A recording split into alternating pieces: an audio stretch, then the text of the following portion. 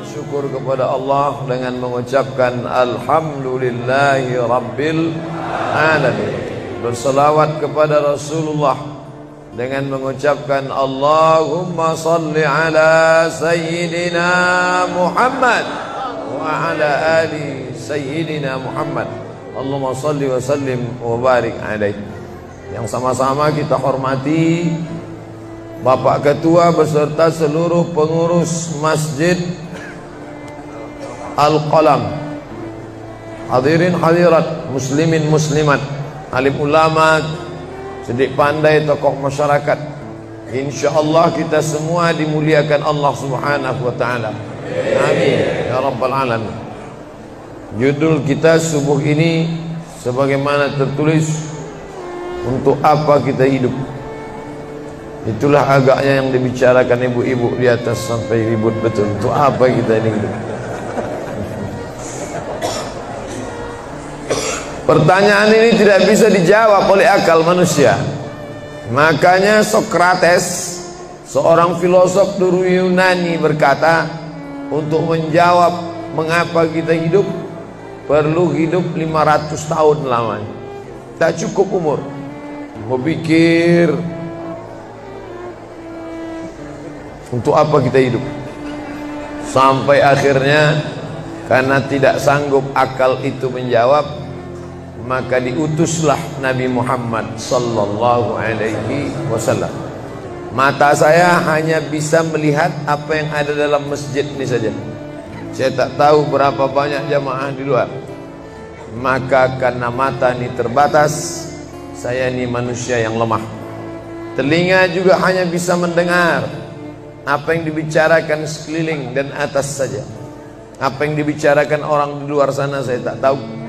Maka saya manusia yang lemah. Akal juga begitu, tidak bisa menangkap saya ini habis mati nanti mau kemana. Maka saya manusia lemah. Allah Maha tahu, maka dia kirimlah salah satu makhluknya ingin menjelaskan kau untuk apa, sedang di mana dan akan kemana. Dan makhluk itu bernama Nabi Muhammad sallallahu alaihi wasallam. Untuk apa hidup? Langsung dijawab, wa ma khalaqtul jinna wal insa illa liya'budun. Tidak ada makhluk yang kuciptakan, baik jin maupun manusia, kecuali untuk beribadah. Cara beribadahnya bagaimana? Langsung dijawab, wa ma arsalnaka illa rahmatan lil alamin.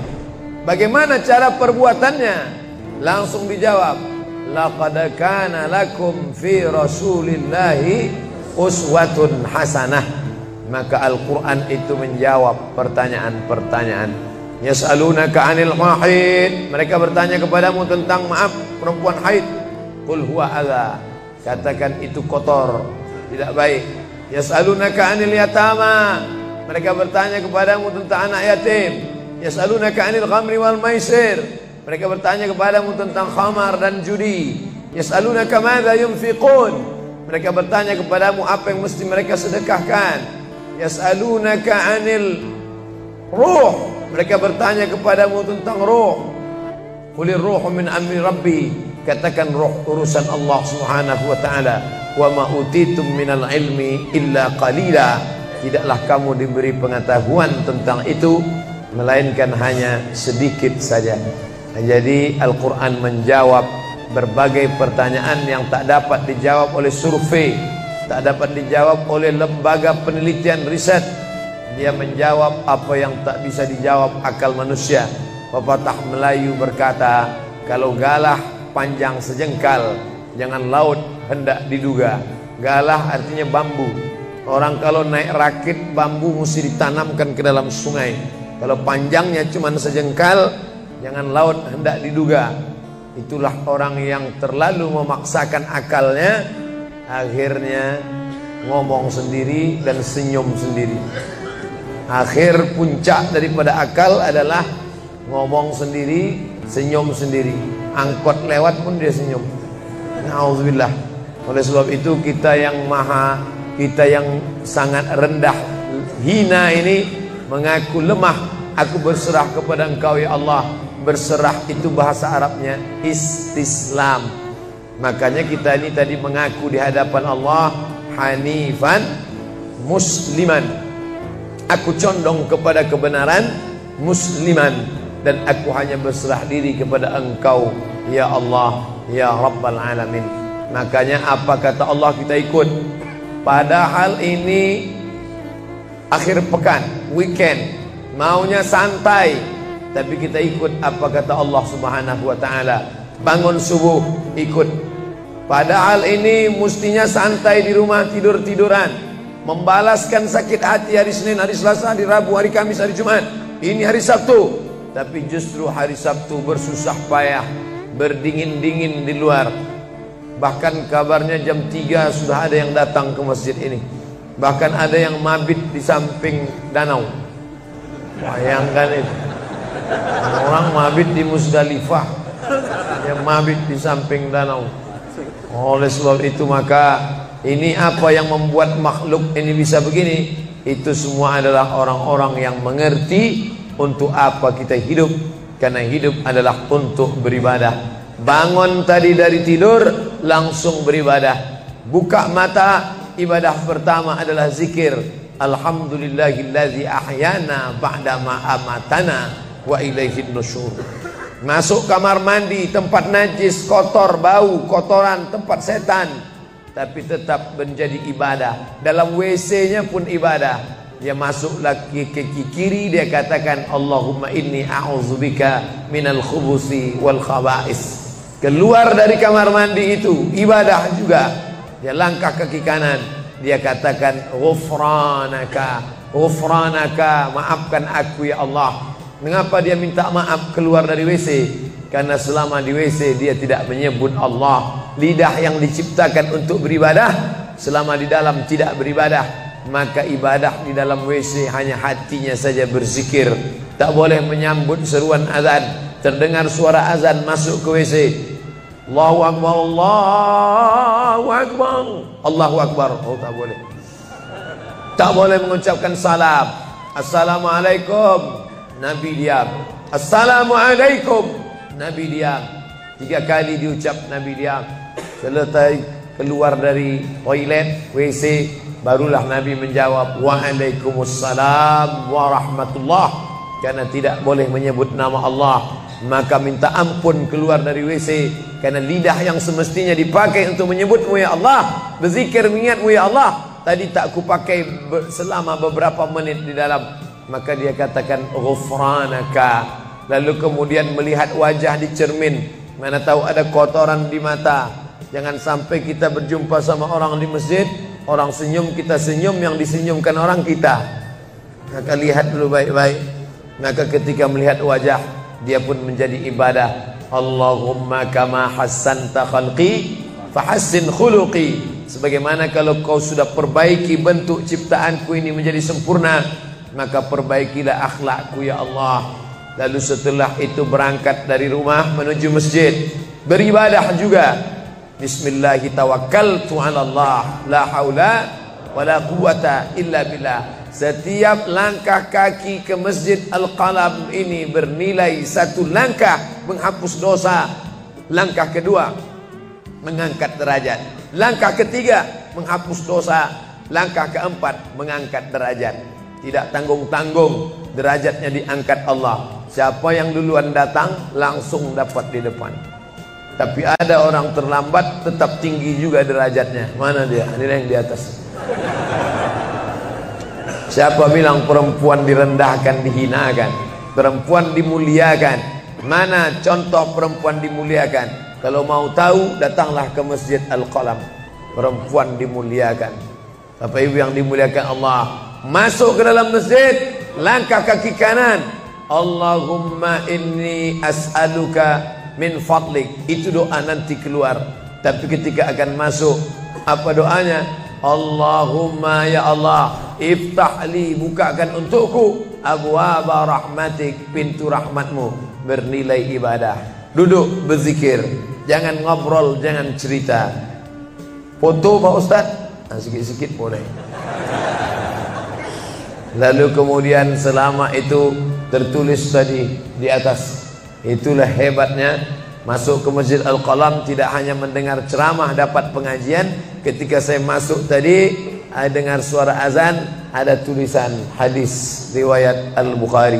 Siapa yang mendengar seruan azan lalu menyambut seperti bunyi yang diucapkan muazzin, kecuali pada hayya 'alas shalah, hayya 'alal falah, dia baca la haula wala quwata illa billah, ditutup dengan doa wasilah. Allahumma rabb hadhihi ad-da'wati tammah was-salatil qa'imah, dimintakan untuk Nabi Muhammad, ati sayyidina Muhammadanil wasilah wal fadilah wasyarafa wad darajatal aliyatar rafi'ah. Yang kelima, wa ba'athallahumma maqaman mahmuda alladzi wa'adtah innaka la tukhliful mi'ad. Maka kata Nabi, halat laku syafaati yaumal qiyamah, layaklah dia mendapat syafaatku hari kiamat. Makanya selama duduk di depan tadi, tak ada satupun yang ngobrol, semuanya menyambut seruan azan. Allahu Akbar, Allahu Akbar, Allahu Akbar, Allahu Akbar. Ada kawan sebelah ngajak ngobrol, gimana bro program mancing kita? Allahu Akbar, Allahu Akbar. Nah, ini cerita tak tentu arah. Ini kita sedang beribadah kepada Allah Subhanahu wa ta'ala. Lalu kemudian selesai azan, salat sunat yang balasan pahalanya khairum minad dunya wa ma fiha, lebih baik daripada dunia dan seisinya. Apa itu? Qabliyah subuh. Sampai-sampai andai terlambat qabliyah subuh, tetap boleh dilaksanakan setelah subuh. Habis salat subuh barulah dilaksanakan qabliyah subuh. Tapi kalau sudah sama-sama ngaji, tapi kalau nanti pulang kampung, justru sekarang orang di kota ngaji, di kampung tidak ngaji. Zaman dulu di kampung ngaji, di kota tidak ngaji. Sekarang dunia sudah mau kiamat. Di kampung orang ngaji, di kampung orang tidak ngaji. Kenapa? Parabola masuk desa. Oleh sebab itu, maka kalau di kampung itu tidak ada pengajian, mereka tidak tahu bahwa qabliyah subuh diganti setelah subuh. Nanti pas mau bulan puasa pulang kampung, jangan qabliyah subuh setelah subuh. Karena nanti begitu mereka lihat, loh apa tuh? Sejak tinggal di Bekasi ikut aliran sesat. Dan dia tidak tahu bahwa sholat qabliyah subuh itu jangan sampai tinggal.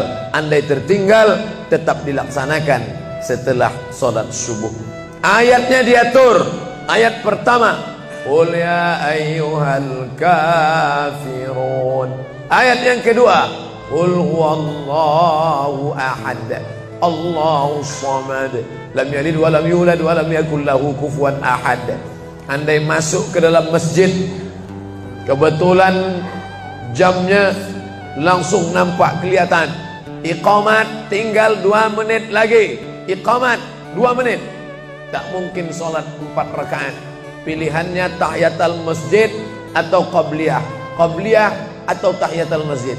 Kalau melaksanakan tahiyatul masjid tidak dapat qabliyah, tapi kalau melaksanakan qabliyah automatically dapat tahiyatul masjid. Oleh sebab itu, andai terlambat, waktu tinggal 2 menit, maka laksanakanlah qabliyah subuh. Tapi jangan gara-gara ini terlambat terus. Yang paling afdal cepat datang. Apa kata jamaah? Yang lambat kan ustaz, kami cepat datang. Bapak ibu yang dimuliakan Allah Subhanahu wa ta'ala, selesai itu salat subuh. Kalau qabliyahnya lebih baik daripada dunia dan seisinya, apalagi salat subuhnya. Begitulah. Kalau qabliyahnya saja yang pendek ayatnya lebih baik daripada dunia dan seisinya, apalagi solat subuhnya. Lalu pahala solat subuh itu apa? Tak ada yang tahu. Makanya kata Nabi, lau ya'lamuna ma fil atamati was subhi, andai mereka tahu pahala solat subuh berjamaah, la atauhuma habwan, mereka akan datang ke Masjid Al-Qalam walaupun merangkak, habwan, lumpuh, sakit kakinya, dia akan datang. Kursi roda tak ada, yang mendorong tak ada, datang dia ke masjid ini walaupun merangkak. Kenapa mereka tidak datang? Karena mereka tidak tahu. Kenapa mereka tidak tahu? Karena mereka memang tidak cari tahu dan tak mau tahu. Dan sampai masanya mereka nanti akan menyesal saat melihat orang-orang mendapatkan balasan muttaqiina fiha 'alal ara'ik Mereka duduk di atas kursi-kursi istana surga, tersenyum melihat orang-orang yang dulu tak peduli pada sholat subuh. Mudah-mudahan kita semua istiqomah insyaallah. Jadi Ustadz, kalau hidup ini cuma untuk ibadah, sholat, masjid, baca Quran, zikir, gimana kami mau mencari nafkah? Gimana kami mau buka ruko? Gimana kami mau bisnis? Gimana kami mau tanam kelapa sawit? Gimana kami mau proyek batubara? Gimana kami mau ternak ikan?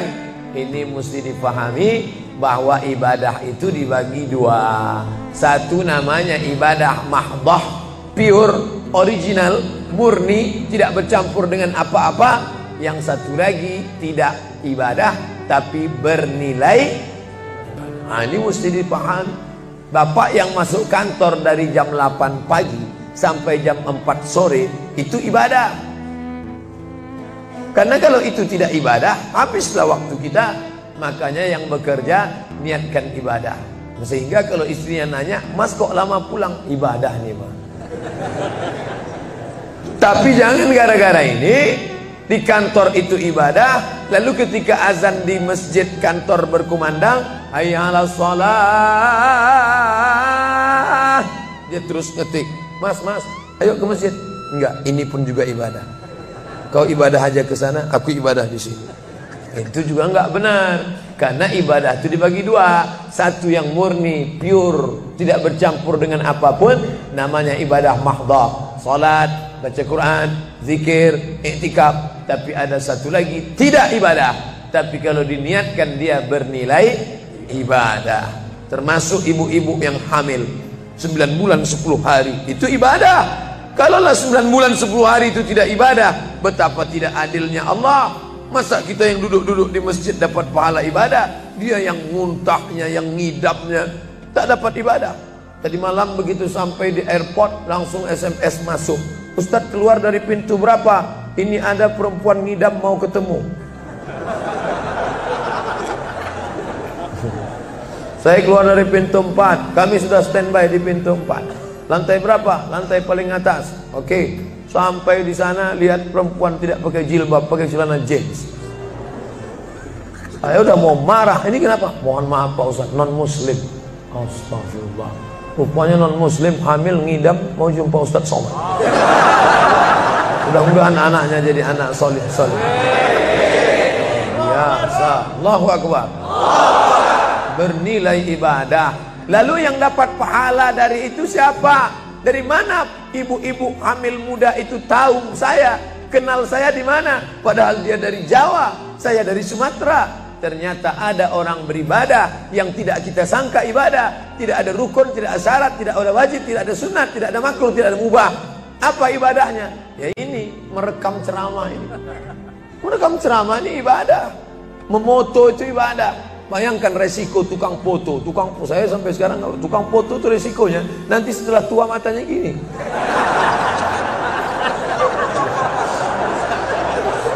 Tapi kalau mereka niatkan ikhlas untuk ibadah, maka insya Allah sehat walafiat.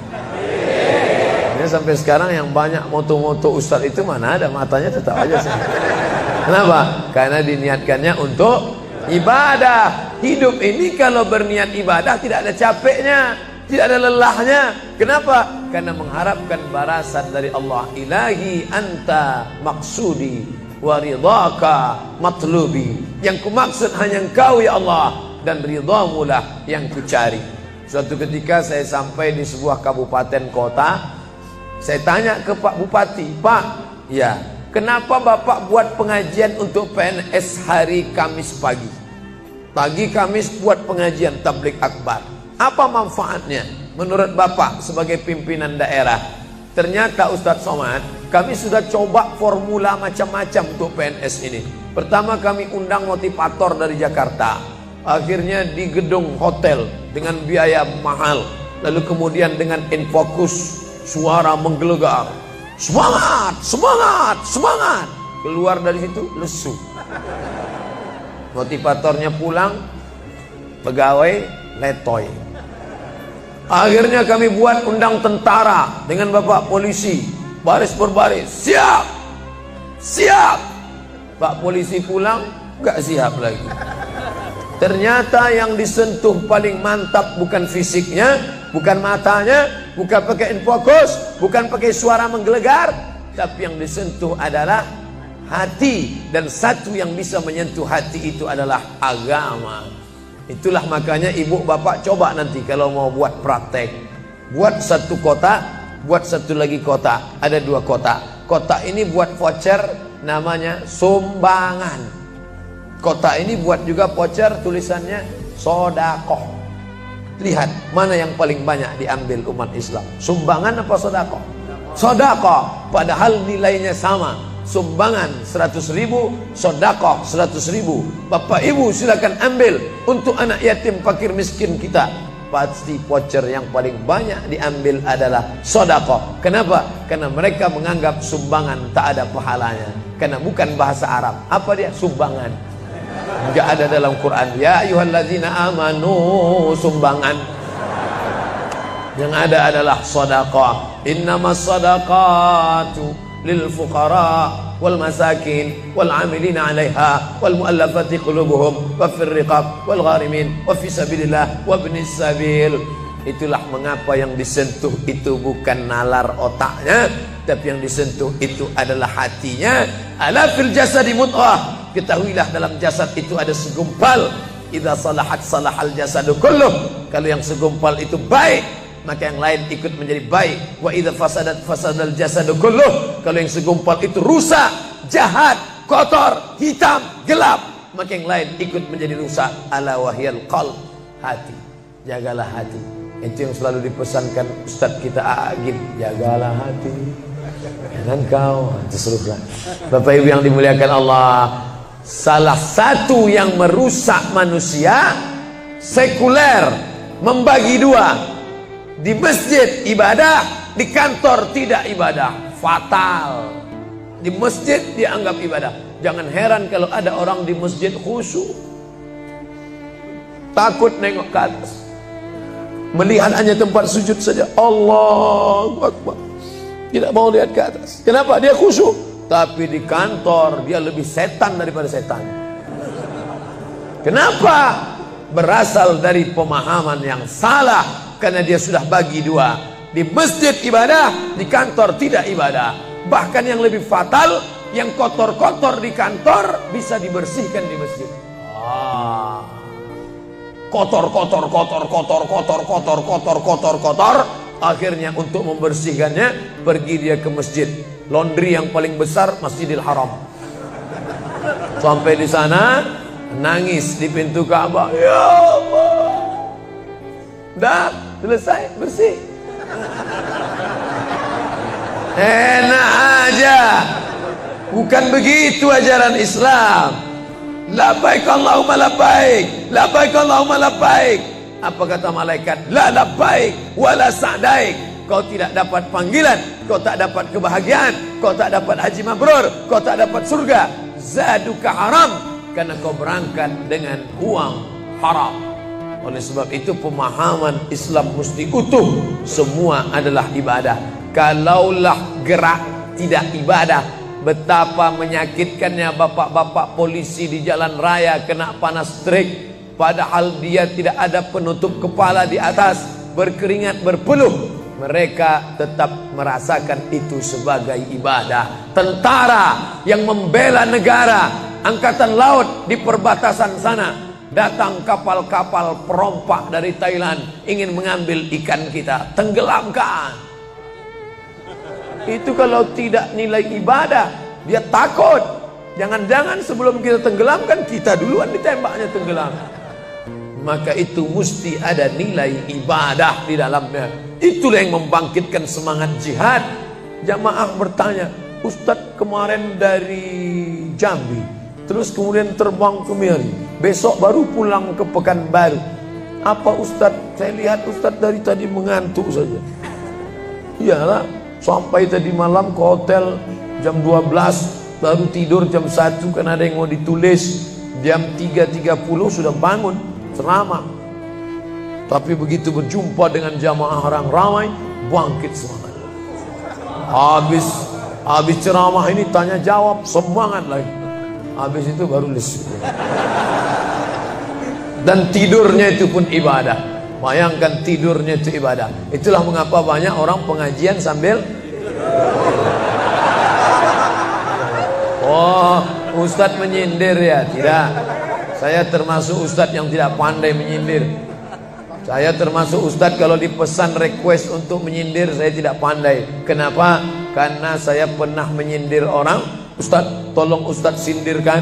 Ini ada jamaah yang sudah sedekah tapi mengambil uangnya kembali. Siapa yang bersedekah mengambil uangnya kembali? Kal kalbil ladzi ya'udu ila qaihi, sama seperti anjing yang menjilat muntahnya kembali. Selesai pengajian, mohon maaf Pak Ustaz, yang disindir nggak datang. Oleh sebab itu tak ada gunanya sindir menyindir. Kalau mau to the point, mana orangnya face to face, langsung saja tembak 12 pas, gol. Bapak Ibu yang dimuliakan Allah, maka mesti dipahami dengan benar. Di Masjidil Haram ibadah, di rumah pun kau ibadah. Istri yang dari mulai pagi memasakkan suami, dibantu oleh pembantu membuatkan minuman, membesarkan anak, menyusukan anak 2 tahun lamanya, melahirkan, meregang nyawa ibu melahirkan anak, ibadah. Makanya kalau dia meninggal dunia saat melahirkan, matinya mati syahid. Saking senangnya suaminya mendapatkan seorang istri yang syahid, tak menangis dia. Begitu tegarnya bapak, tidak meneteskan air mata. Tidak Pak Ustaz, aku melepas seorang syahid, 3 syahid lagi siap menanti. Peace, damai. Biasanya ibu-ibu kalau bawa cerita ini, kalau gini pulang aja lah kita ya. Nah, bercanda. Nah, tapi yang saya katakan tadi itu semuanya ibadah badan. Melangkah dari rumah, ibadah badan. Membukakan mata, ibadah badan. Mendengar ceramah, ibadah badan. Membaca Quran, ibadah badan. Berzikir, likulli sulama minkum sadaqah. Setiap tulang-tulang sendi ada sedekahnya. Subhanallah, subhanallah, subhanallah, subhanallah, subhanallah, subhanallah. Itu ibadah badan. Tapi ada bukan ibadah badan. Apa dia? Itulah yang 7 macam. Zakat, wakaf, infak, sedekah, wasiat, hibah, ghanimah. Nah, itu ibadah harta. Mana yang lebih banyak? Ibadah harta apa ibadah badan? Ibadah badan. Kalau ibadah harta tak banyak. Zakat, wakaf, infak, sedekah, wasiat, hibah, ghanimah, rampasan perang. Tapi kalau ibadah badan, setiap gerak adalah ibadah. Makanya kita mesti bergerak. Likulli harakah barakah. Setiap ada gerak pasti ada berkah. Makanya tak boleh tidak bergerak. Air sumur kalau tidak ditimba, air itu akan busuk, butek, warnanya pun tidak ada seperti minyak di atas. Mata air mesti terus berganti. Darah harus tetap mengalir, jantung harus tetap berdetak.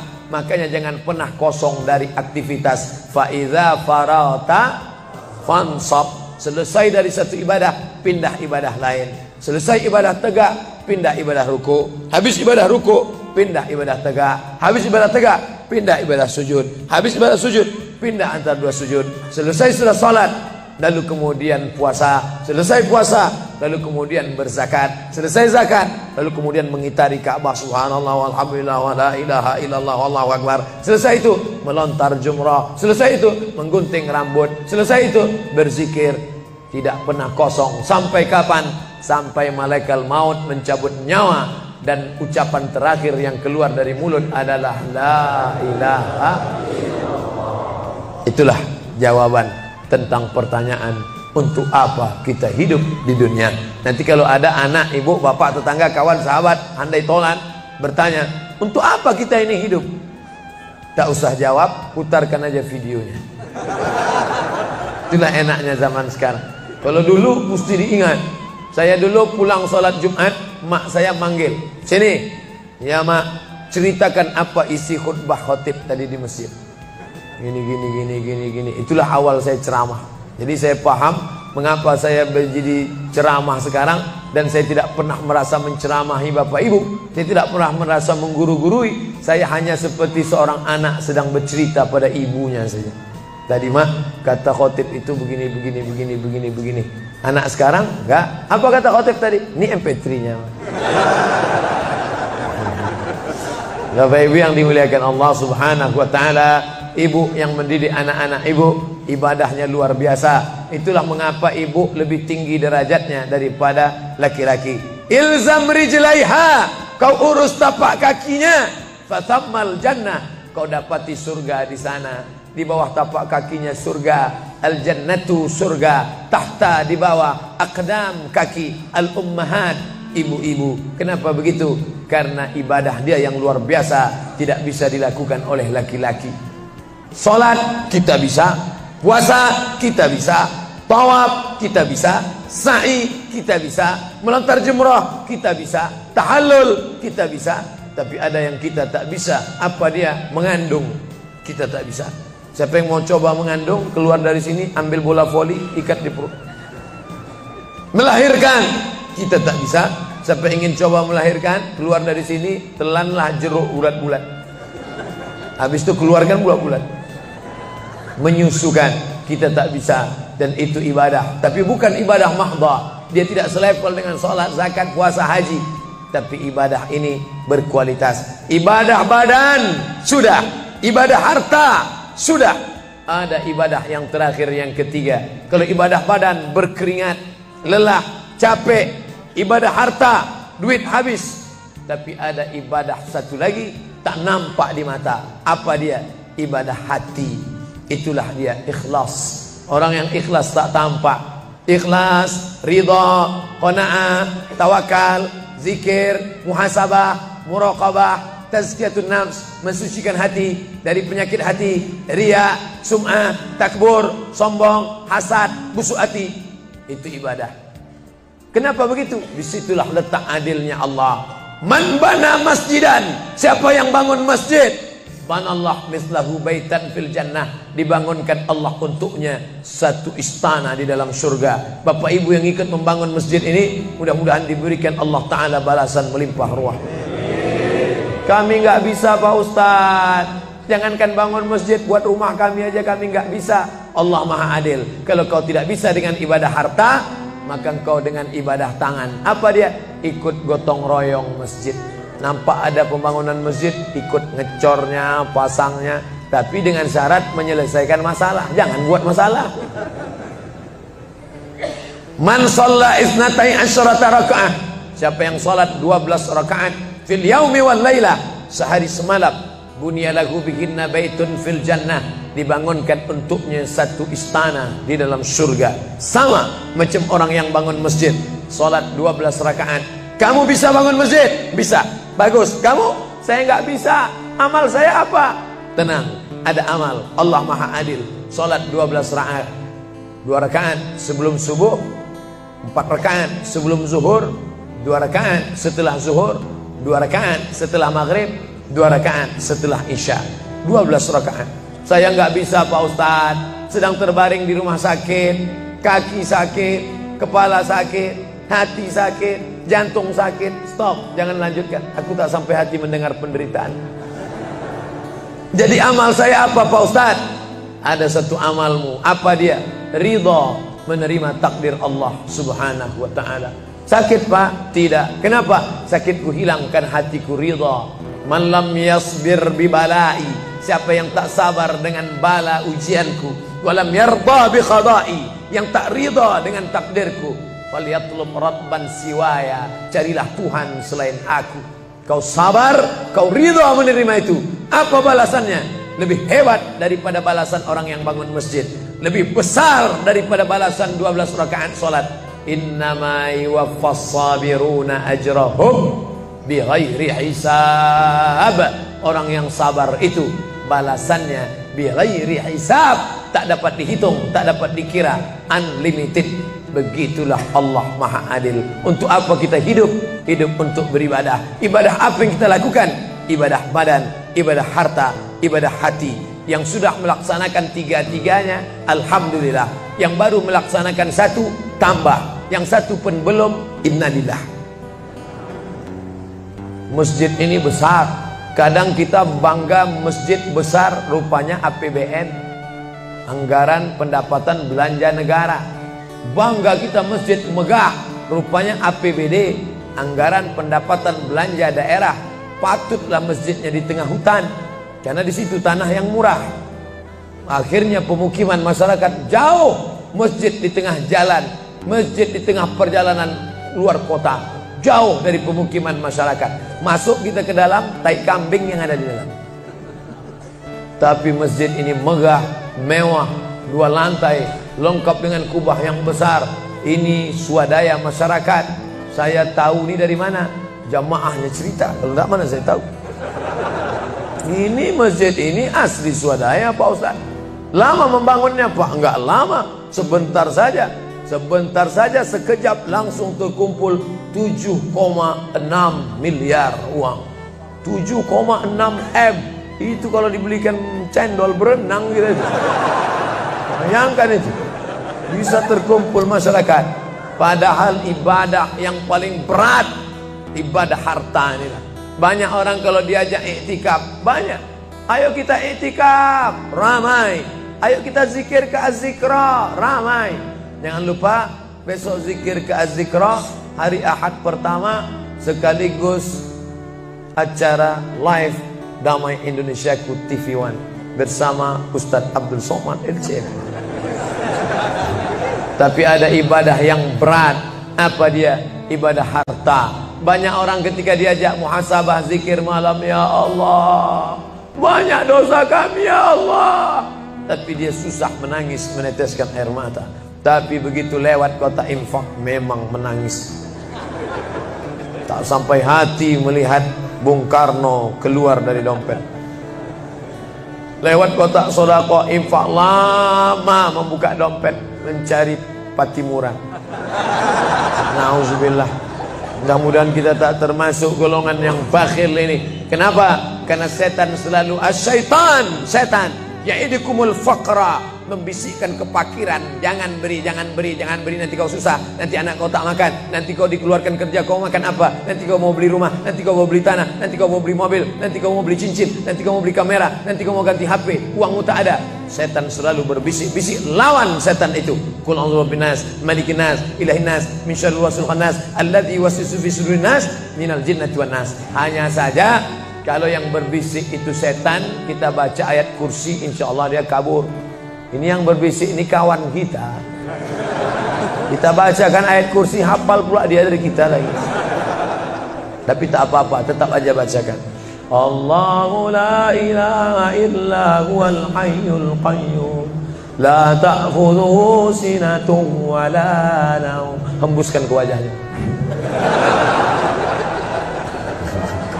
Bapak Ibu yang dimuliakan Allah, setelah ibadah 3 ini kita lakukan, ibadah badan sudah, sholat subuh sampai melimpah ruah ke belakang.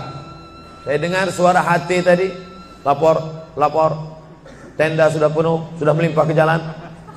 Masya Allah. Ibadah harta sudah 7,6 M. Ibadah hati sudah, sabar, ridha, qanaah, tawakal. Tapi jangan lupa, datang merusak yang 3 ini, perkelahian, merusak ukhuwah Islamiyah. Masjid yang besar, kalau sudah kelahi di dalamnya, tinggal kelahi, tak lagi ada persatuan. Masuk masjid bukan baca doa pintu masuk masjid, malah masuk masjid ngelihat kira-kira dia di mana ya. Oh dia di sana, gua di sini lah. Oh di sini, dia di sini. Sampai akhirnya satu hari terlambat, lupa ngelihat. Allahu Akbar, rupanya dia di samping. Jangan kelahi. Wa'tasimu bihablillah, berpegang teguhlah dengan tali Allah. Tali Allah itu apa? Al-Quran dan Sunnah. Apalagi ulama. Gak ngerti Quran, gak ngerti Sunnah, tanya ulama. Al-ulama warasatul anbiya. Wa'tasimu bihablillah, berpegang teguh dengan tali Allah. Wala tafarraqu, jangan berpecah belah. Coba lihat bunyi ayatnya. Andai ayat itu sampai bihablillah titik sudah cukup. Berpegang teguhlah dengan cara tali Allah, cukup. Mengapa ujungnya tetap ditutup? Wala tafarraqu, jangan berpecah belah. Karena banyak orang yang sudah baca Quran, sudah sholat, sudah puasa sunat, tapi hatinya pecah bercabang. Galah patah boleh disambung, kaca retak boleh direkat, hati rusak kemana obat akan dicari. Oleh sebab itu kalau ada fitnah-fitnah, tabayun, klarifikasi. Jangan suudzon. Ijtanibu katsiran minaz-zan. Kepengurusan masyarakat, jamaah, sayang kebersamaan rusak. Gara-gara apa? Gara-gara nila setitik rusak susu sebelanga. Gara-gara api di dalam sekam, ada kulit padi bertimbun, di dalamnya itu ada setitik api. Tiba-tiba api menyala, akhirnya semua menjadi abu, dan abu dihembus angin, tak berkesan sama sekali. Hilang 3 ibadah. Ibadah badan hilang, ibadah harta hilang, ibadah hati hilang. Gara-gara apa? Berkelahi. Ingat, setan tak pernah berhenti. Inna syaitan, setan ya'isa an ya'budahul musallun. Setan kalau sudah melihat orang sholat, dia tidak lagi goda mereka untuk menyembah, sembahlah aku, sembahlah aku, sembahlah aku, sembahlah aku. Tidak. Tapi apa yang dia lakukan? Walakin fit tahrish, menanamkan permusuhan ke dalam hati orang yang sholat. Maka jaga ini. Jangan kita bertengkar gara-gara masalah khilafiyah. Saya kalau jadi imam di masjid dekat rumah saya jadi imam, saya baca kunut.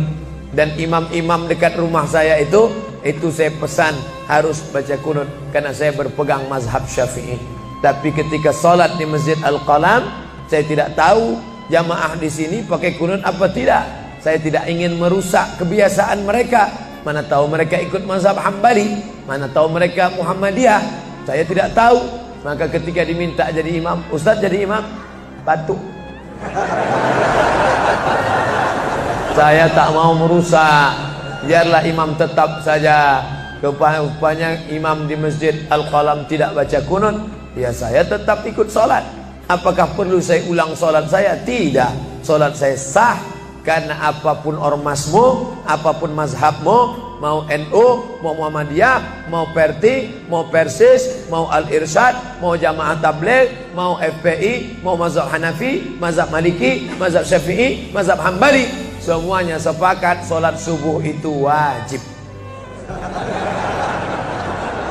Jadi yang wajib aja kita laksanakan. Adapun perbedaan teknisnya, yang satu pakai usolli, yang satu nggak pakai usolli, yang satu ngangkat tangannya ke telinga, yang satu ngangkat tangannya ke bahu, yang satu bismillahnya jahar, yang satu bismillahnya sir, yang satu ayatnya panjang, yang satu ayatnya pendek, yang satu pas mau turun sujud tangan duluan, yang satu lutut duluan, yang satu duduknya tapak kakinya duduk di tapak kaki kiri, yang satu duduknya langsung pantatnya ke lantai, yang satu telunjuknya ngangkat sekali, yang satu berkali-kali.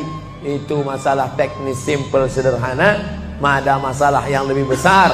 Apa masalah kita yang lebih besar? Membeli tanah baru untuk buat sekolah Islam, membeli tanah baru, ruko baru untuk buat apa? 212 mat, kita mat. Orang Islam belanja di warung Islam. Alangkah indahnya, selesai acara sholat subuh bersama, pengajian bersama, selesai itu belanja beras minyak goreng bersama. Serbu. Sehingga bangkitlah ekonomi umat. Berapa pegawai bisa ditampung bekerja? Langsung membeli beras ke tempat-tempat tanaman masyarakat, sehingga mereka tidak menjadi korban rentenir. Musim menanam diulur, kasih pinjaman pupuk, pinjaman tanah. Masa musim panen ditarik, mereka menjadi korban rentenir lintah darat. Disedot darah mereka sampai kering dan mati. Kita selamatkan dengan apa? Dengan market. Masjid punya market. Saya beberapa kali meresmikan market punya masjid di Masjid Raya Batam, Masjid Agung Batam. Itu di bawahnya ada super mini market untuk menjamaah. Kemarin pulang dari Pulau Bintan, itu juga meresmikan di Dumai. Begitu juga. Nah, ini 212 Mart. Terserah namanya apa. Ada 212 Mart, ada namanya Kita Mart, atau bisa juga buat Somart. Nah, bisa juga. Bapak Ibu yang dimuliakan Allah Subhanahu wa taala, maka visi misi kita ke depan, jauh melihat ke depan. Kami harus punya pusat perbelanjaan komunitas muslim. Kami harus punya komplek perumahan muslim. Nah, ini semua yang akan menyelamatkan kita. Kalau sudah begitu, maka mengertilah untuk apa kita hidup. Dan setelah itu kita pun mati dalam keadaan tenang. Baru anak kita bisa berkata, mari kita antar jenazah almarhum Abdul Somad menuju tempat peristirahatan terakhir. Karena memang benar-benar istirahat. Tapi berapa banyak orang tidak istirahat. Karena amal badan tak ada, amal harta tak ada, amal hati tak ada. Tak pernah memikirkan masjid, tak pernah memikirkan umat, tak pernah memikirkan belanja umat, tak pernah memikirkan pendidikan anak-anak umat. Akhirnya mati yang layak untuk dia. Mari kita antar dia menuju azab pertama, akan menyusul azab-azab berikutnya. Na'udzubillah.